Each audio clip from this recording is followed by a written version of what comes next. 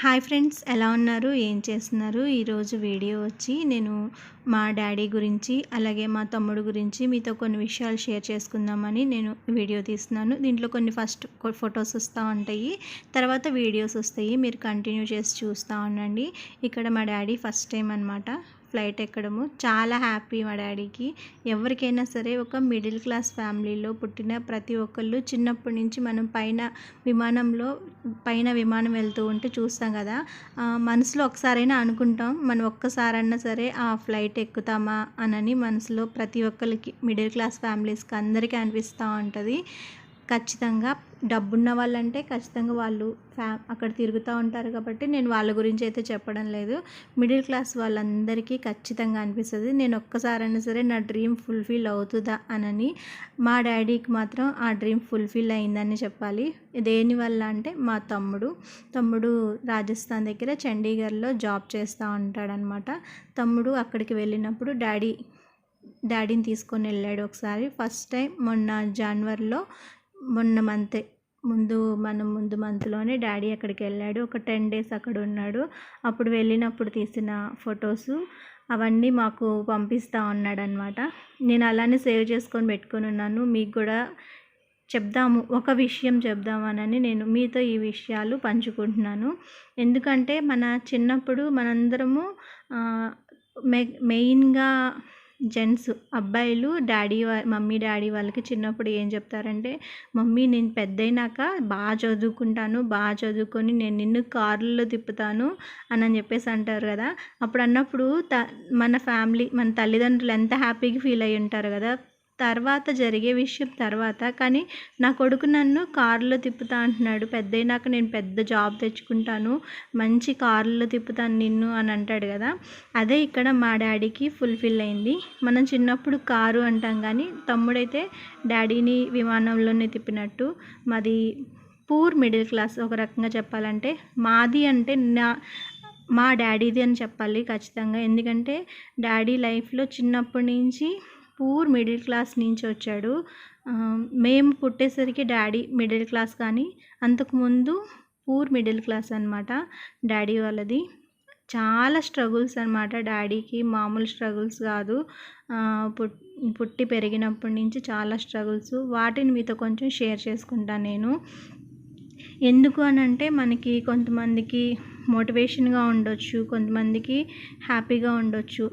ఎవరైనా యూత్ పిల్లలు ఎవరైనా చూస్తుంటే, నేను కూడా మా నాన్నని అలానే, నేను కూడా మంచి జాబ్ చేసి మా నాన్నని నేను కూడా అలానే విమానంలో కనీసం కారు కొనుక్కొనైనా కారులోనన్నా తిప్పాలి అని ఇన్స్పిరేషన్ వస్తుంది అని నేను చెప్తున్నాను. ఇది మా తమ్ముడు అండ్ డాడీ అనమాట. గోల్డెన్ టెంపుల్కి తీసుకొని వెళ్ళాడు. అక్కడ ఉన్నప్పుడు ఒక 10 days ఉన్నారని చెప్పాం కదా, అక్కడ గోల్డెన్ టెంపుల్కి తీసుకొని వెళ్ళాడు. ఇంకా ఇండియా గేట్ దగ్గరికి తీసుకొని వెళ్ళాడు. అలానే డాడీ వెళ్ళే టైంలో జనవరి అని చెప్పాను కాబట్టి 26న డాడీకి ప్రతి సంవత్సరం 26వ తారీఖు జనవరి 26న పొద్దున్నే టీవీ పెట్టుకొని చూస్తాడనమాట. అక్కడ ఫ్లాగ్ అంతా అయిపోయే వరకు మొత్తం డాడీకి ఇష్టము, ప్రతి సంవత్సరం చూస్తాడు. కానీ రియల్గా తమ్ముడు ఈసారి డాడీకి అక్కడ బుక్ చేపించి అక్కడ తీసుకొని వెళ్ళాడనమాట.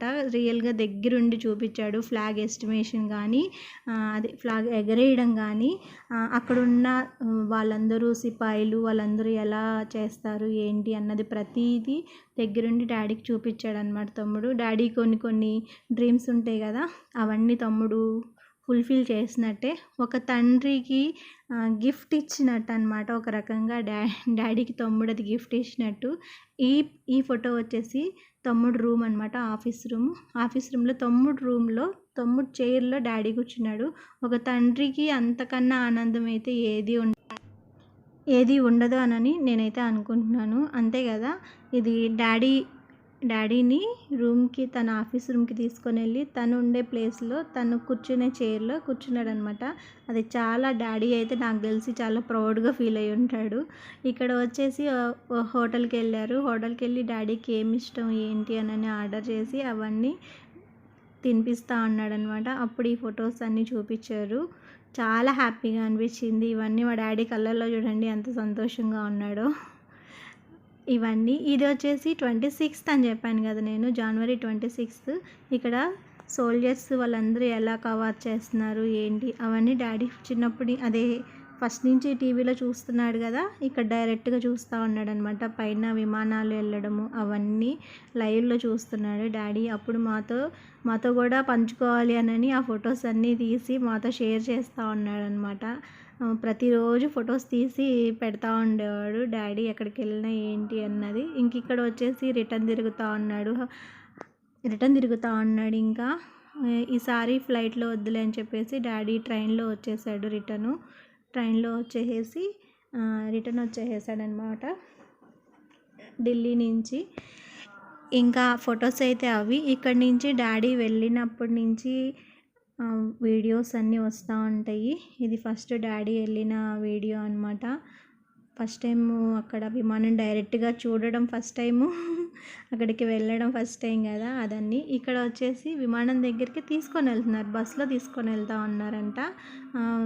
బ్యాగ్స్ అవి ఉంటాయి కదా, అవన్నీ వాళ్ళు ముందే తీసుకొని వెళ్తారేమో, నాకైతే క్లియర్గా తెలియదు, ఎందుకంటే నేను కూడా ఎప్పుడు వెళ్ళలేదు.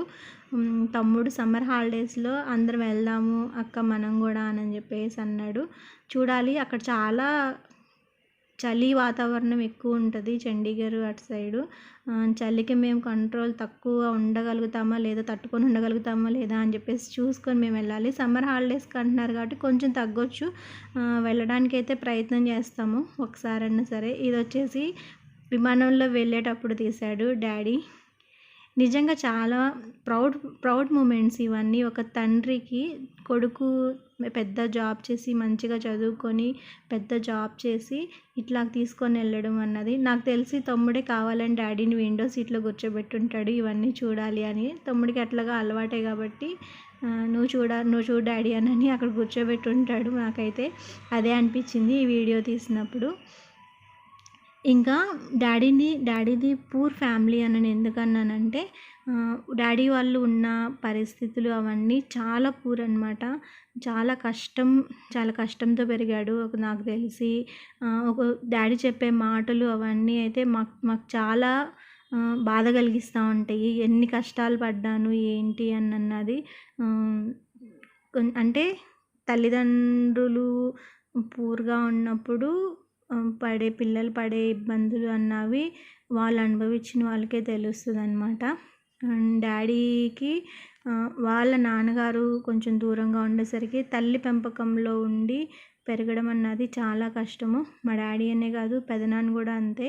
ఇద్దరు చాలా చిన్నప్పటి నుంచి చాలా కష్టపడి పెరిగారు. చాలా మంది ఇళ్ళల్లో వాళ్ళు అన్నం పెడితే తిని ఉన్న రోజులు కూడా ఉన్నాయంట.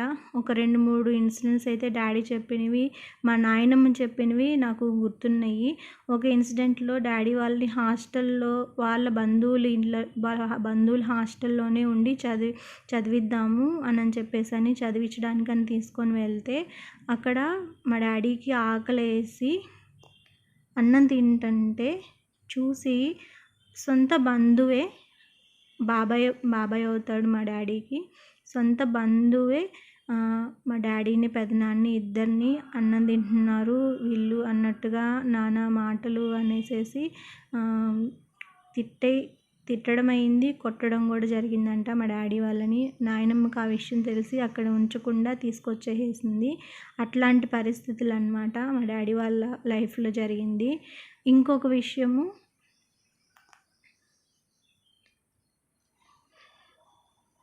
సారీ కొంచెం ఎమోషనల్ అవుతుంది అంతే.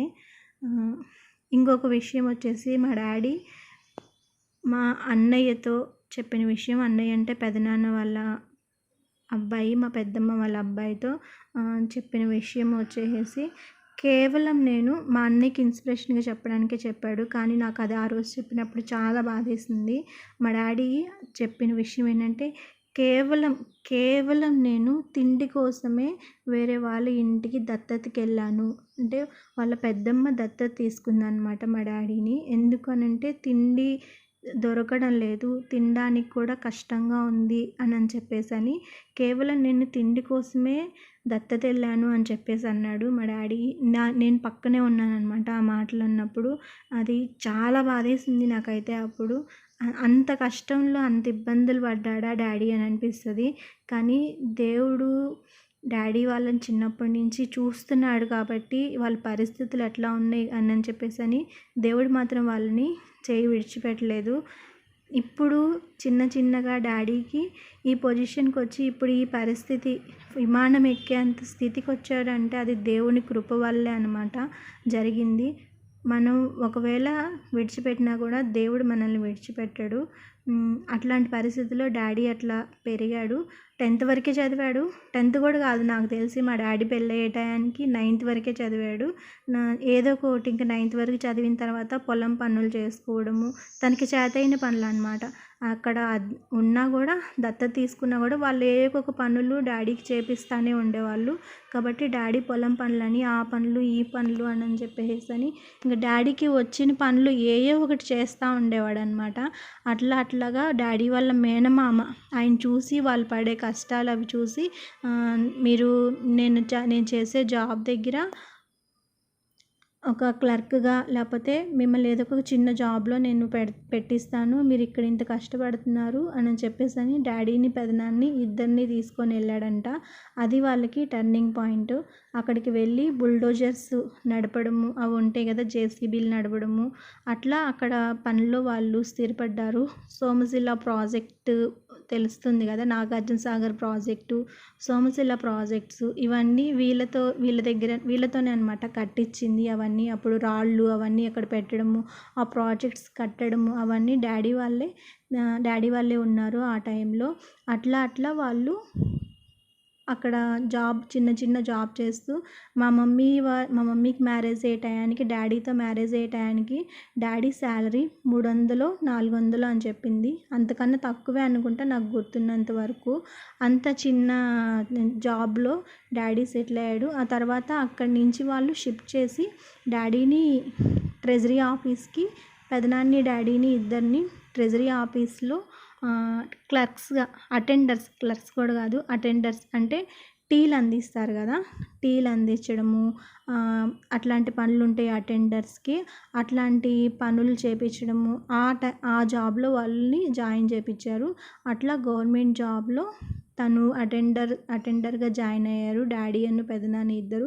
ఆ తర్వాత నాకు గుర్తుంది, నేను 7th క్లాస్ చదువుతా ఉన్నప్పుడు మా డాడీ 10th, ఎందుకంటే అటెండర్ కాబట్టి ప్రమోషన్స్ రావాలి అని 10th క్లాస్ అప్పుడు మా డాడీ రాశాడు. నాతో పాటు నేను 7th క్లాస్ చదువుతుంటే డాడీ 10th క్లాస్ ఎగ్జామ్స్ రాశాడనమాట. అది నాకు గుర్తుంది. తర్వాత డాడీ అట్లాగా చదువుకోవడము, ప్రమోషన్స్ రావడము, అట్లా చిన్న చిన్నగా తను ట్రెజరీ ఆఫీస్లో ఇప్పుడు సీనియర్ అసిస్టెంట్ వరకు వెళ్ళాడనమాట.